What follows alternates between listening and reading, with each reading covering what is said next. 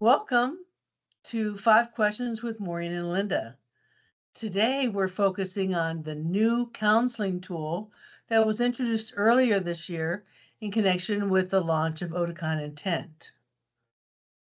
So, Linda, what are some of the key benefits and differences of using this new counseling tool compared to, for example, the cozy, or just asking the client, regular questions about their hearing?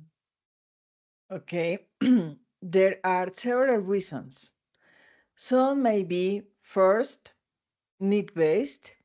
When the clinician defines with the patient the audiological needs, the clinician can be more precise with suggestions for hearing aid technology, focusing on covering the prescribed needs and, as a confirmation, reviewing responses to determine if devices are meeting expectations. Second, personalization. It is customizing for each patient. Third, structure.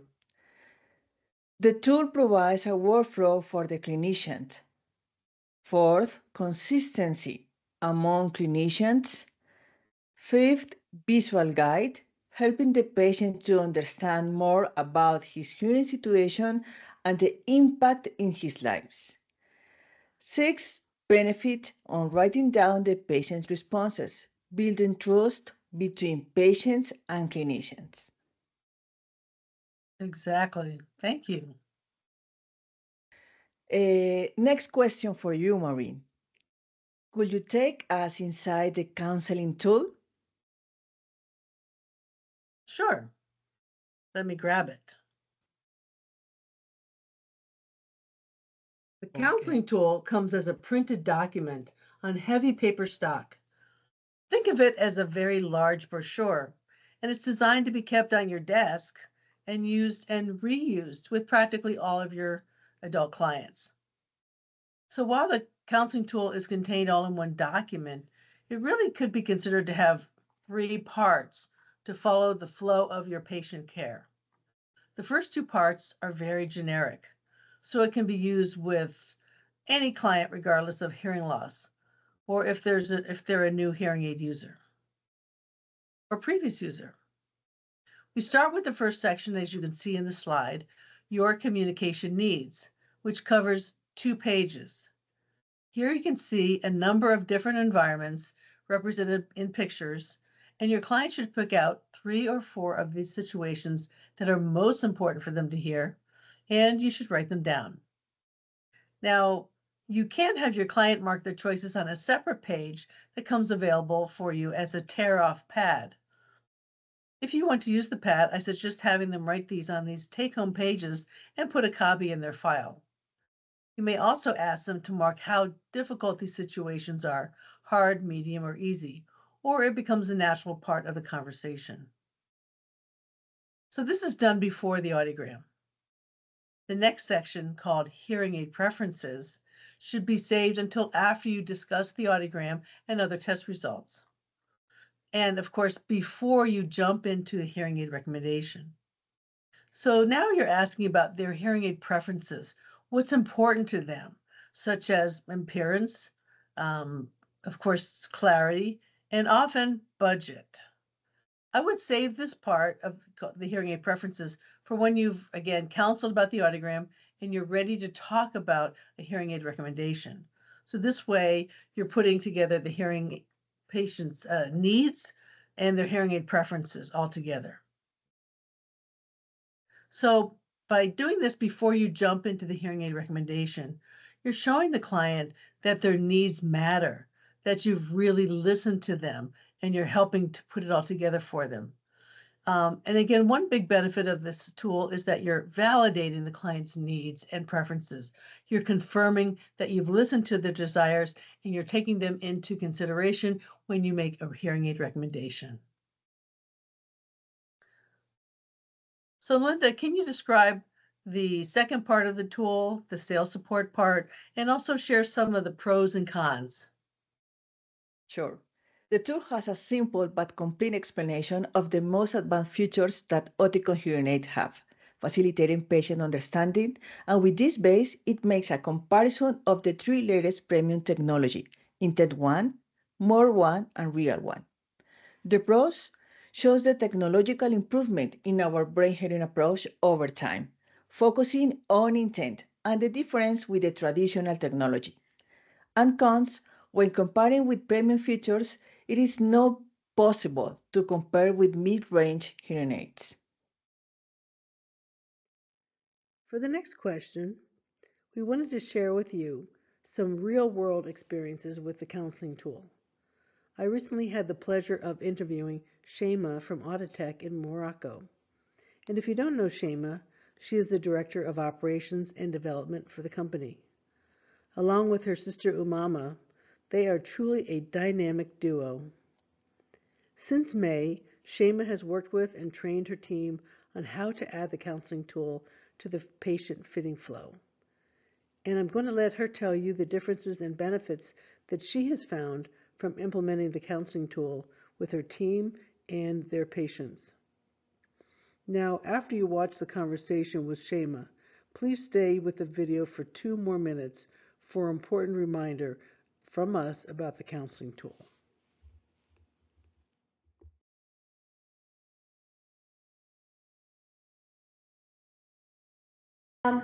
The first time I heard or I saw the tool, it was in Rome.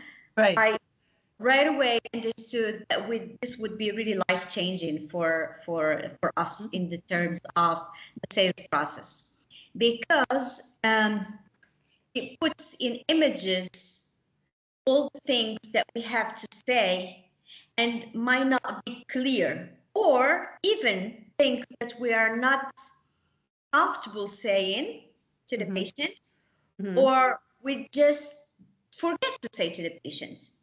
So basically, it gives you this guidance where now, like the team, after the training and all the examination that we went through, they know that the 2 things that we are expecting from a patient to be able to answer his, to give him a solution, are to understand what are their needs and what are their preferences. Like, how could it be that we're gonna make a testing or like given like an option to the patient without knowing his preferences? Because of course, before we had processes to understand their needs, but not really the preferences. Like it would never even come into the conversation where like he would never tell you that, yeah, you know, I feel it's something for all people and I don't want it to be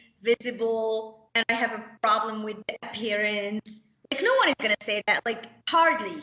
Some people do say that, but they have a hard time admitting it, right? When they see it on a paper, something that is concrete, that is here in front of them, say, oh, so those people also recognize that some people might have some struggle with the appearance, right? Yeah, right. So, and also the budget. Like many of the people, sometimes they just don't even imagine how much it will cost, right? So they just come to you and it's just like, yeah, just give me the best. Yeah, and then when you give them the price, then it's like, right? And it didn't also like, imagine you are the patient, I am the adultist, you know? What if I don't have anything between my hands and then I just ask you, do you have any budget? Who's gonna pay for it? Blah, blah, blah, blah, blah, blah. Sometimes it does feel weird, right? But when I do have a tool, there is a professional tool where you can clearly see that these guys are talking about something that is called budget.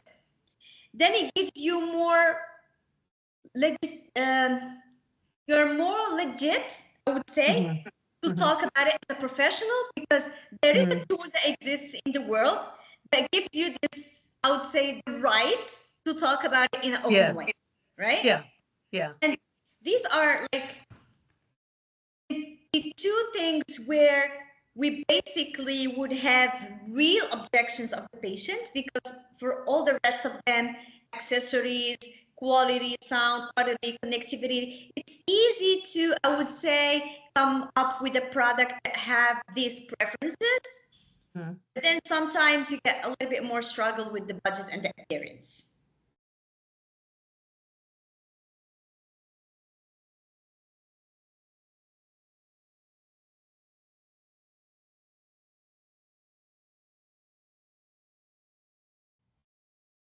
And he was saying that in the US, they only offer one option to the patient. I said, wow, this is a little bit hard, you know, how could we just offer one option to the patient? But when I started implementing the tool, and I said, based on the preferences, based on the needs, how can I come up with more than one option, right? Because there's one optimal option, and it could be only one optimal option. And maybe I need to come up with a second one, but on a second stage where it won't be the optimal option, but it would be the second option. And make the patient aware that this is not the optimal option, because based on the preferences and the needs, I can only have a solution, one solution that would come up with all this, right? With the three preferences and three needs and blah, blah, blah, blah, blah, blah. So this is how we use it. I can share my screen with you to show you our sales process and how do we do it, and then maybe in real life how is the summary of the appointment is done with the patient. Great. Okay. Yeah. Okay. Thank you. Yeah, this is here where I say, like, when you do the patient discovery, and then this is how you use the tool. This is the questions you ask. And then this is how you do, you can see it here, this is how you do the summary of the appointments with the patients. And this is what you say, like, you have to put the duration where he has no hearing aid, and when he has detected this problem, what are his needs, how do you put them in place, and then here on the second one, what are the preferences, please open the guide, ask a question, and then this is the example of the summary of the patient that you can have in here, right? This is how we do it. And then I explain to them that this has to be done with the patient, and explain to the patient, like, where just to give you an idea, like, where when you have this appointment with the patient, you'll tell him, you know, allow me to write this down while I'm talking to you, because this will give us a starting point, because on the next time where you will be adapted, and when you finish the adaptation period, we're gonna go through this again and see, is it still hard for you or does it work, right? And by writing it down also, at the end of, when you do the testing, at the end of the appointment where you have made your the products you've proposed to him, you go through again the three top preferences. It's like, if it's one, appearance, is it okay? Is it validated? Like the green lights. It's like, yeah, let's go to the second preference. Oh yeah, the second preference was connectivity. It's like, yeah, you can see that now the phone is connected to your ears, to your hearing aids, and then we have done the test and we've called you, and then you say, are you validating that this is okay for the second preference? Yes, sure. Okay, we talked about the option you have, and then we told you the prices. Does it seem okay for you? Is it fine? It's like, yes, okay. So we basically, Mr. or Mrs. or Miss blah, blah, blah, we validated the three top priorities you have. Yes, okay, thank you. So let's move on to another thing, right? This is how we do it. Patients, like a little bit background, suffers from moderate bilateral deafness since 2011. She was an English teacher, now retired. Her priorities is to hear in group, outdoor, and with family. And her needs are appearance and clarity and budget. Okay. Great. And then it's a test with mini right. We did a test in a noisy scene, and she heard fine. Confirmation for Ruby at blah blah blah. Right. So basically, this is how we materialize the use of this tool into a report of the patient that is done with him, and to validate with him, and it makes it much more easier.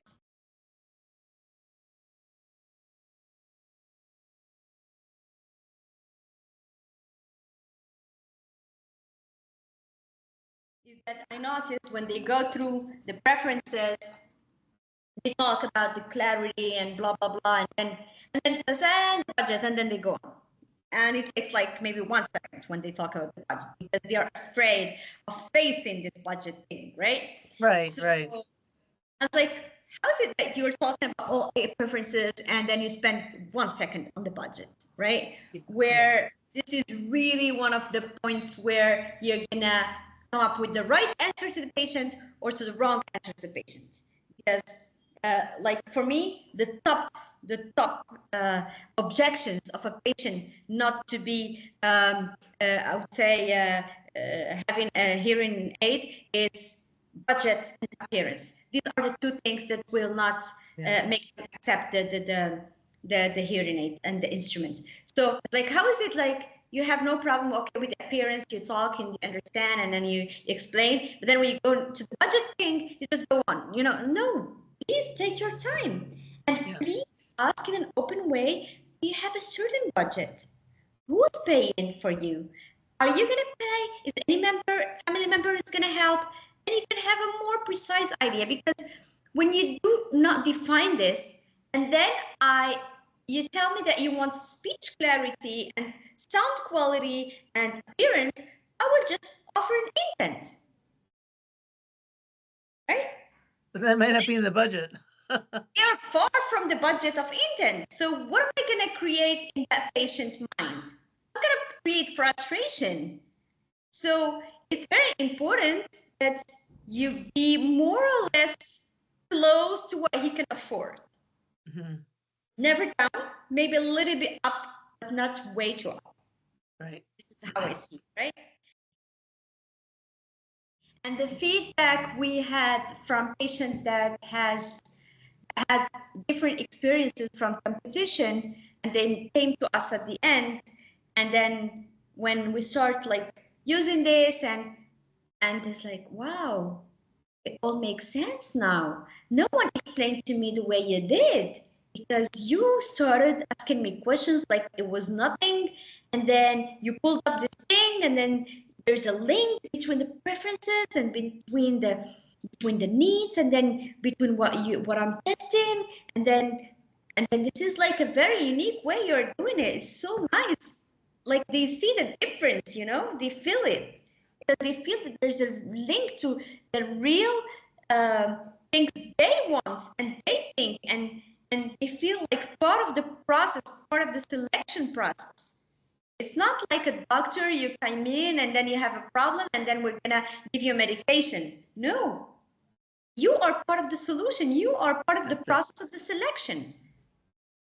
So does the staff feel that it's making a difference for them personally when they work with patients? When as you can see here on the one that I just picked up like this, the patient is confirmed, because there was no doubt on what was going on. He didn't confirm for an intent.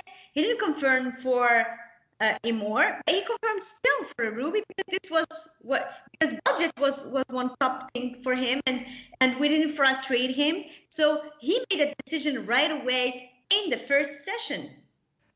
Exactly. Great. This is our experience, and we're happy with it. It was for us life changing. As you see, it's part of the sales process. It's totally there and like everyone, they have a one tool per person with their names. They've signed on it. They know that it's something that is really part of the way we want to work. And for me, it was like, I was saying, like, what could I put in as a new thing to improve the conversion rate in the sales process? And this gave me the answer. And the moment I saw it in Rome, I knew it would be like life changing for us. Like, we appreciate it a lot. Yeah.